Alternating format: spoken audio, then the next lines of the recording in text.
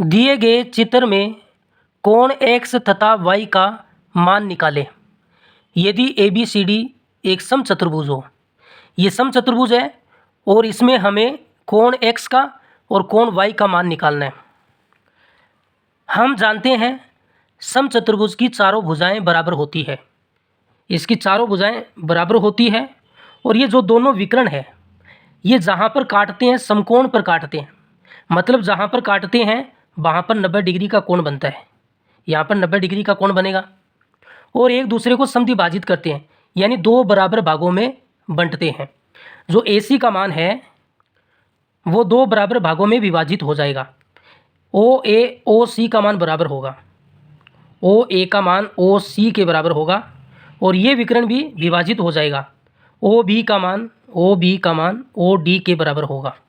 त्रिभुज AOB में देखिए, त्रिभुज AOB में हम जानते हैं त्रिभुज के अंदर वाले तीनों कोणों का योग 180 डिग्री होता है। इन तीनों कोणों को जोड़ देते हैं और 180 के बराबर कर देते हैं। पहला कोण यहाँ पर 90 डिग्री है, दूसरा 30 डिग्री है और तीसरा x है। इनका योग 180 डिग्री के बराबर होगा। 90 में 30 जोड़ेंगे 120, प्लस का 120 उधर जाएगा तो माइनस का होगा, तो x का मान कितना आएगा 180 माइनस 120 बराबर 60 डिग्री आएगा। x का मान तो 60 डिग्री आ गया। अब हमें कोण y का मान निकालना है, तो हम दूसरा त्रिभुज लेते हैं ABC, त्रिभुज ABC। ये कौन सा त्रिभुज है? देखो इस त्रिभुज में ये भुजा और ये भुजा बराबर है। समचतुर्भुज की चारों भुजाएं बराबर होती है, तो ये भुजा और ये भुजा बराबर है। जिस त्रिभुज की दो भुजाएं बराबर हो वो त्रिभुज होता है समद्विबाहु त्रिभुज।